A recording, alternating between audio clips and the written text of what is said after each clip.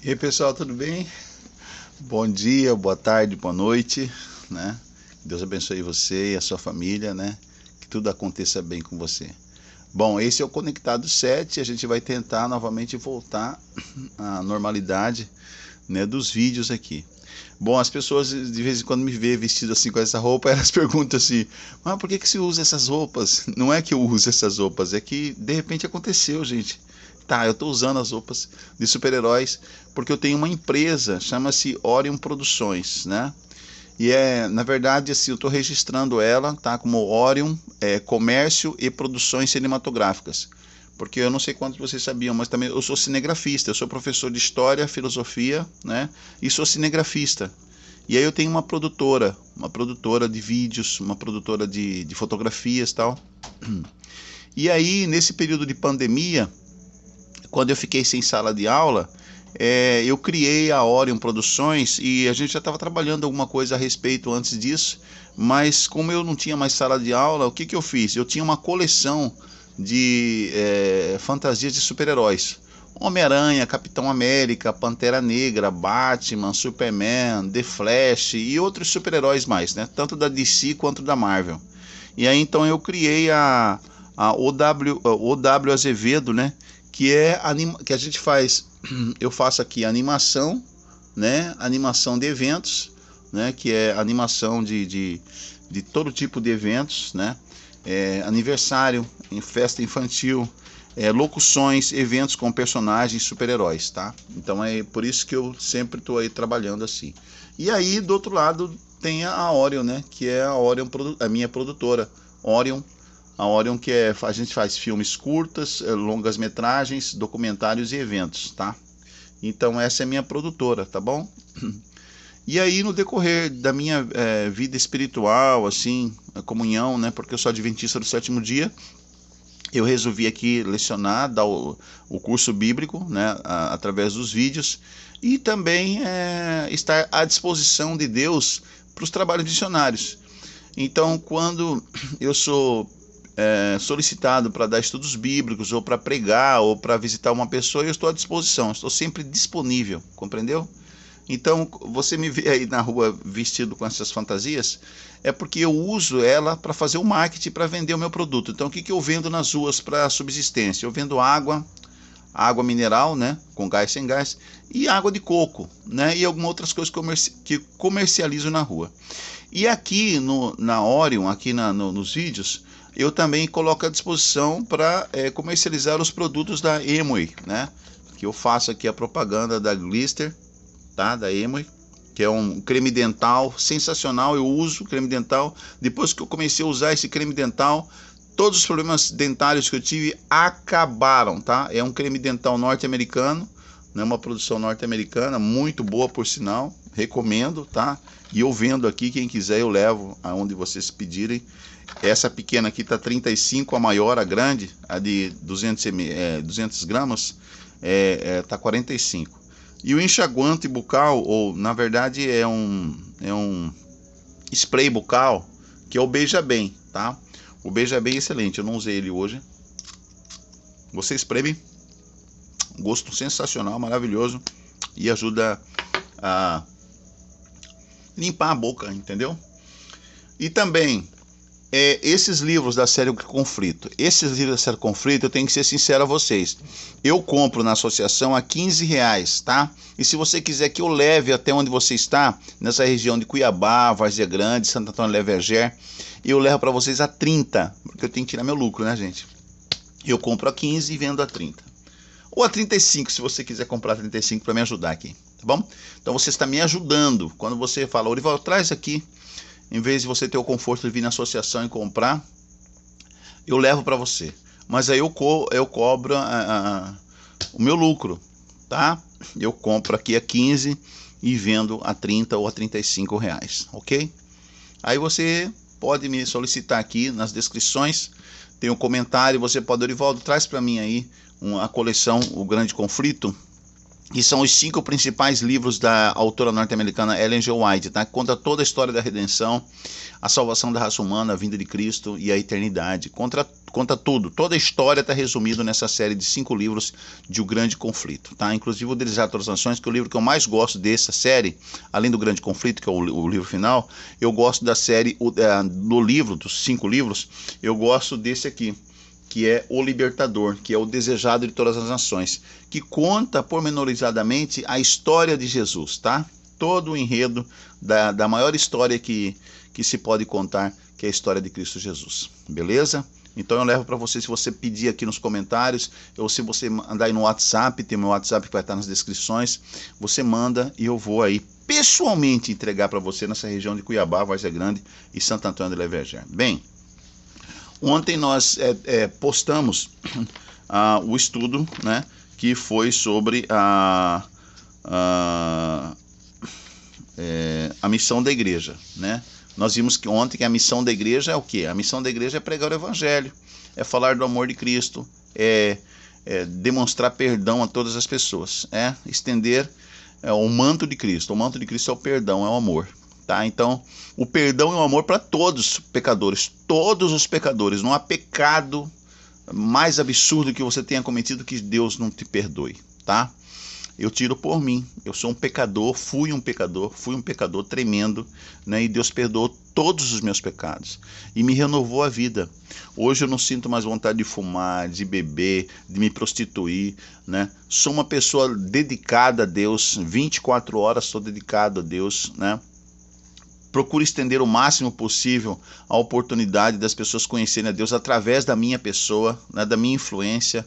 Não sou ninguém, eu sou tão pecador quanto você, né? Posso cair em tentações, né? Posso cair em tentações se eu me desviar de Deus, como Davi. Lembra Davi caiu em tentação se de repente ele deixou de comungar com Deus. Você pode cair em tentação novamente se deixar de comungar com Deus, mas se você manter a koinonia, a amizade com Deus, koinonia significa amizade com Deus, relacionamento com Deus, se você manter a comunhão com Deus, você não cai em pecado. E é isso que nós estamos fazendo aqui.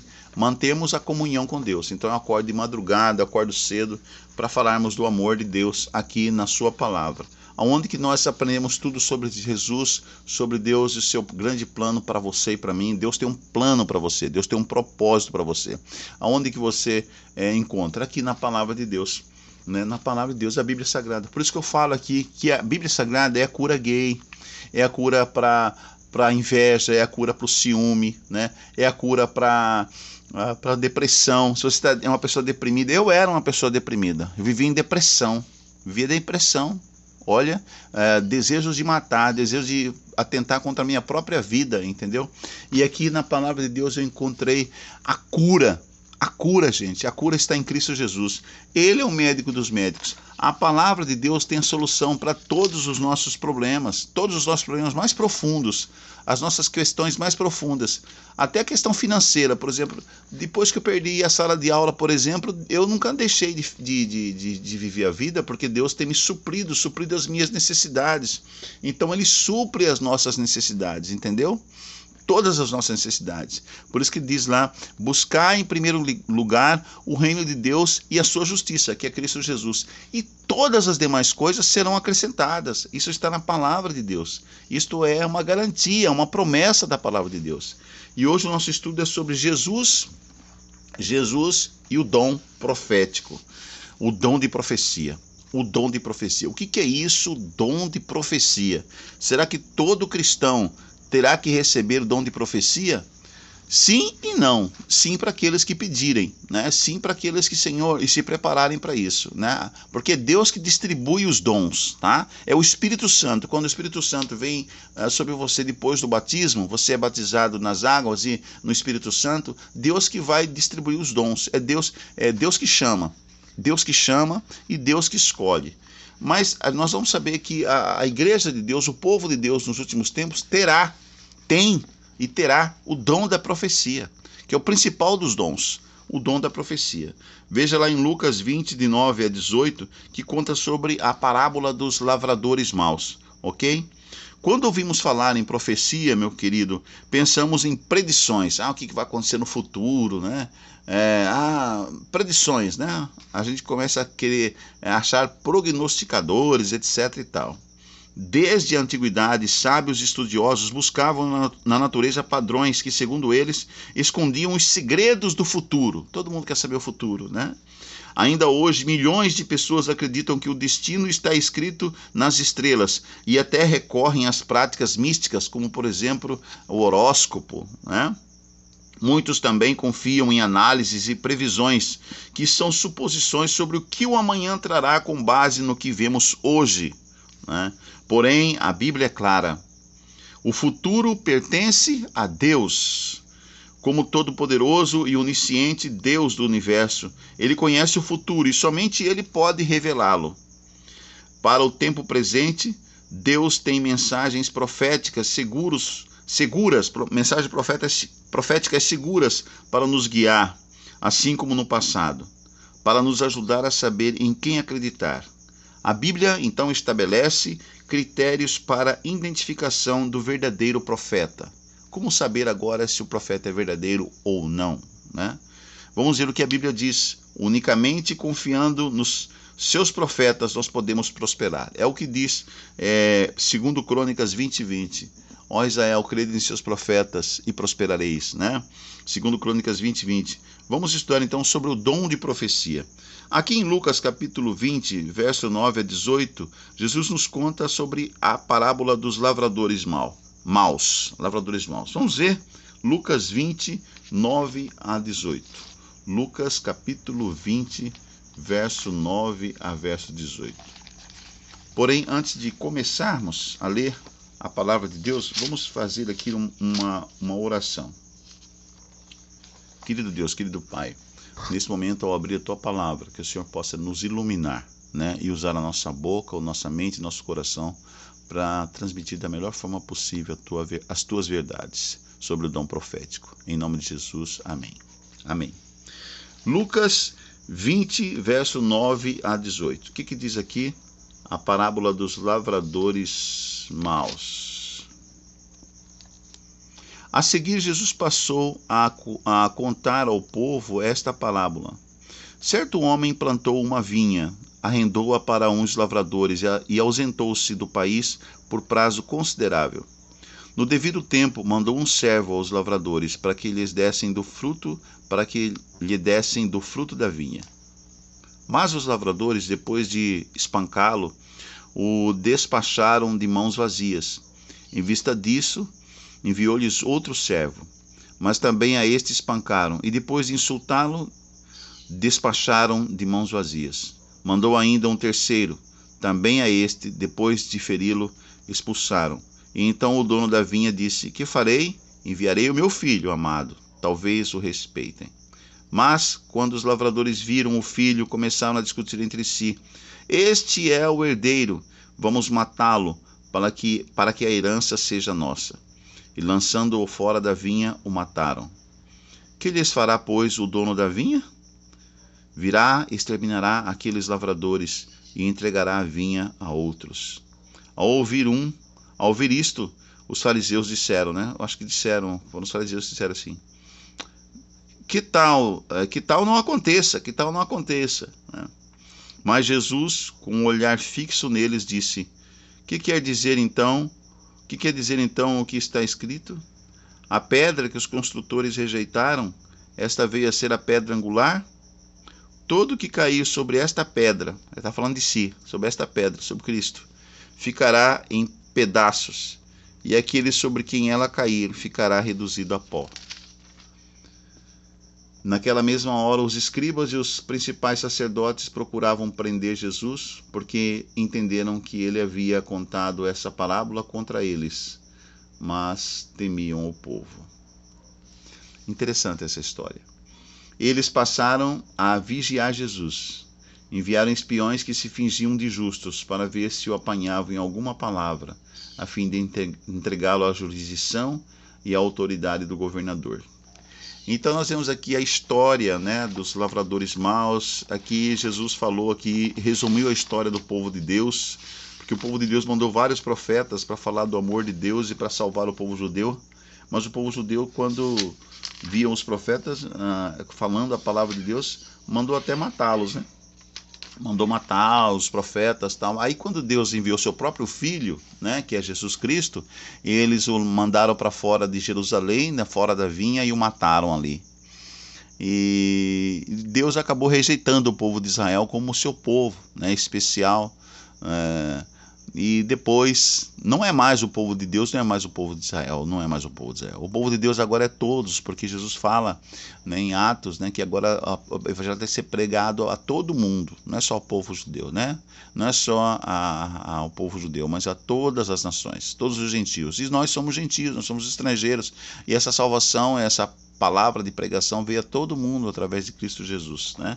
Porque o povo o rejeitou, o povo de Deus, aquele povo judeu, o rejeitou, né? Então, nessa parábola aqui, Jesus aqui está falando que esses doutores da lei, quando contou essa parábola aos doutores da lei, eles eram chamados assim por serem profundos estudiosos, os teólogos, né? Estudiosos das leis, das escrituras sagradas, tal. Porém, a vaidade do conhecimento dava a esses homens, como acontece com muitos homens hoje, muitos teólogos hoje, né? A vaidade do conhecimento dava a esses homens uma falsa sensação de autoridade. Os doutores da lei se sentiam donos de Deus, consideravam-se os únicos capazes de entender e ensinar a verdade revelada, né, para todo mundo. Contudo, muitas vezes eles se negavam a repartir essa verdade com o povo comum. Desprezaram a mensagem dos profetas que Deus havia enviado, os servos da parábola, e por fim mataram o próprio filho, o próprio herdeiro, o próprio Jesus. No entanto, acabar com o mensageiro não significa destruir a mensagem, né? Porque muitos rejeitam as mensagens de Deus. E vai acontecer nesses últimos tempos também. O mundo chama a igreja de Deus hoje de seita e vai começar a perseguir a igreja de Deus, o povo de Deus. Perseguir porque acha que não é o povo de Deus, mas é o povo de Deus que está pregando o evangelho no mundo, né? A palavra de Deus. E vão perseguir, vão prender, vão matar alguns, tal, vão torturar. Isso é profético, aconteceu no passado e vai retornar, vai acontecer de novo. A história é cíclica aqui, vai retornar, vai voltar a acontecer. Isso é predito, né, nas escrituras sagradas. Então, nos últimos tempos, o mundo todo se voltará contra Deus, em rebelião contra Deus, e vai decretar uma lei mundial contra a lei de Deus. A lei de Deus manda guardar o sábado, o mundo vai mandar guardar o domingo, o outro dia, entendeu? Em rebelião contra a lei de Deus. E aqueles que não obedecerem à lei do mundo, logicamente, que obedecem à lei de Deus, serão perseguidos e serão torturados. Mas é esse povo perseguido e torturado que é o povo de Deus, que tem a mensagem de Deus, aqueles que guardam os mandamentos de Deus e têm o testemunho de Jesus. A primeira pergunta desse tema hoje, a respeito de quem Moisés e os profetas escreveram. João 1:45 fala que Moisés e todos os profetas da Bíblia, o Velho Testamento todo, estava falando de quem? A respeito de quem? A respeito de Jesus, gente. Moisés e os profetas escreveram a respeito de Jesus, aquele que haveria de vir, o Messias. João 1:45, olha só o que diz. De quem que os profetas estavam falando? De quem que Moisés estava falando? Do que eles estavam escrevendo, né? Sobre o Messias, sobre Cristo Jesus. Olha aí, João 1:45. João 1:45.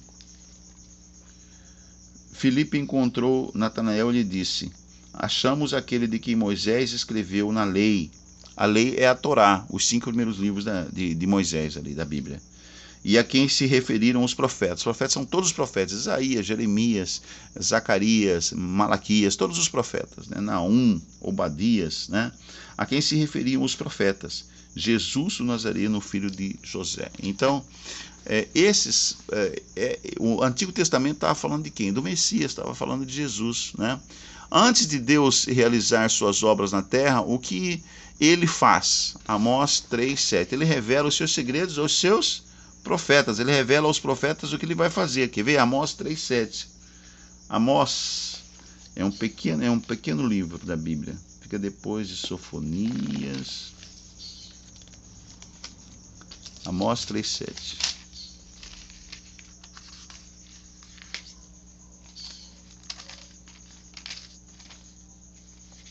Tem Ageu antes de Sofonias, né? a Sofonias, Abacuque, aí tem Naum, aí Miqueias,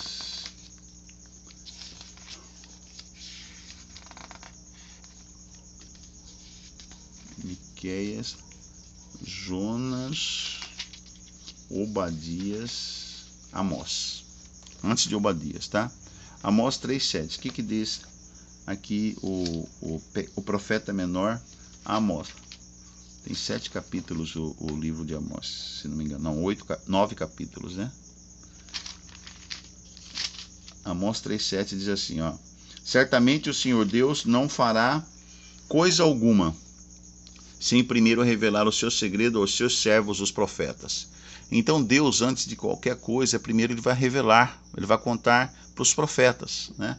Vai contar os seus segredos aos profetas. Antes de agir, Deus sempre revela seu plano aos verdadeiros profetas. Por meio dessas mensagens ou desses mensageiros, o Senhor prepara seu filho. O Senhor preparava seus filhos para o que deveria acontecer, para o que deve acontecer. Então hoje é a mesma coisa, Deus age da mesma maneira. Ele prepara os seus filhos através das mensagens dos profetas, né, para o que vai acontecer. A terceira pergunta: de que modo Deus então revela suas mensagens aos profetas? Números capítulo 12, verso 6. Números é o livro de Moisés, tá? Vamos voltar lá na Bíblia. Números 12, de que maneira que Deus revela as suas mensagens aos seus profetas? Números 12, verso 6. Números 12, 6. Olha só. Então o Senhor disse: ouçam agora as minhas palavras. Se entre vocês há um profeta, eu, o Senhor, em visão me faço conhecer a ele ou falo com ele em sonhos. Então, em visão e sonhos, Deus fala com seus profetas, né? É assim que dessa forma que Deus se revela aos profetas. Deus revela suas mensagens aos profetas, principalmente por meio de sonhos e visões. Quarta pergunta: qual o propósito de Deus ao chamar os profetas? Por que Deus então chama os profetas? Oséias 12, 13. Vamos voltar lá nos profetas menores. Oséias 12, 13. Oséias, achei aqui, antes de Amós. Oséias 12, 13.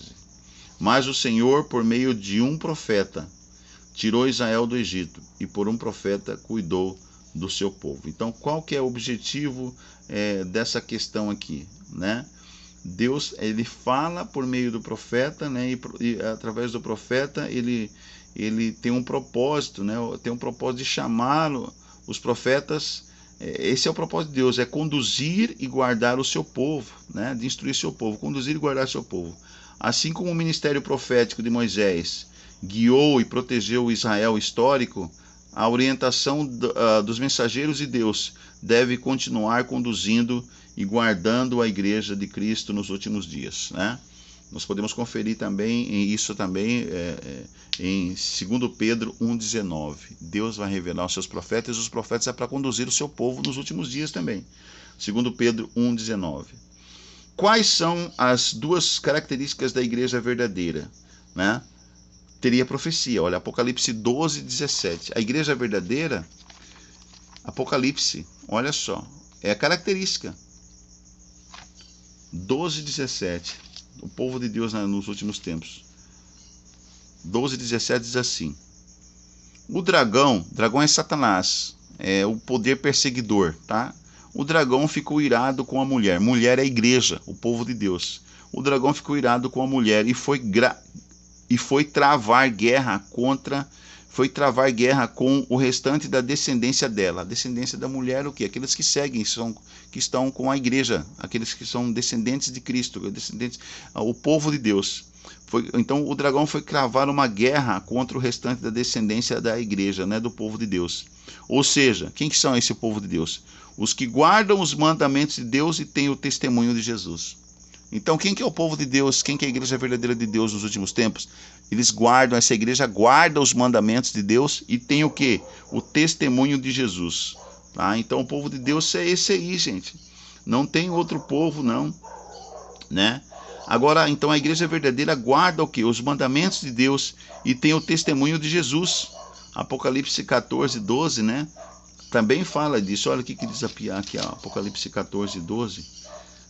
Aqui está a perseverança dos santos, os que guardam os mandamentos de Deus e a fé em Jesus. Então, o povo de Deus são aqueles que guardam os mandamentos de Deus e têm a fé. Todos os mandamentos de Deus. Quais são os mandamentos de Deus, gente? O mandamento de Deus está em Êxodo capítulo 20. Êxodo capítulo 20, o segundo livro de Moisés, quando Deus entrega os mandamentos para Moisés e o povo de Deus ali fica ouvindo de Deus os mandamentos, tá? Aqueles mandamentos ali, são os mandamentos de Deus, que resume-se em amor a Deus e ao próximo, né, como a si mesmo, né? Então aqui não há nenhum mistério, a Bíblia mesmo revela quem é o povo de Deus nos últimos tempos. A igreja verdadeira guarda os mandamentos de Deus, tem o testemunho de Jesus, né?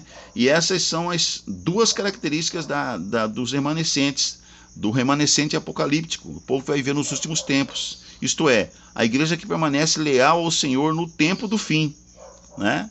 Essa é a característica deles. Guarda os mandamentos de Deus e tem o testemunho de Jesus. Agora, o que é esse testemunho de Jesus?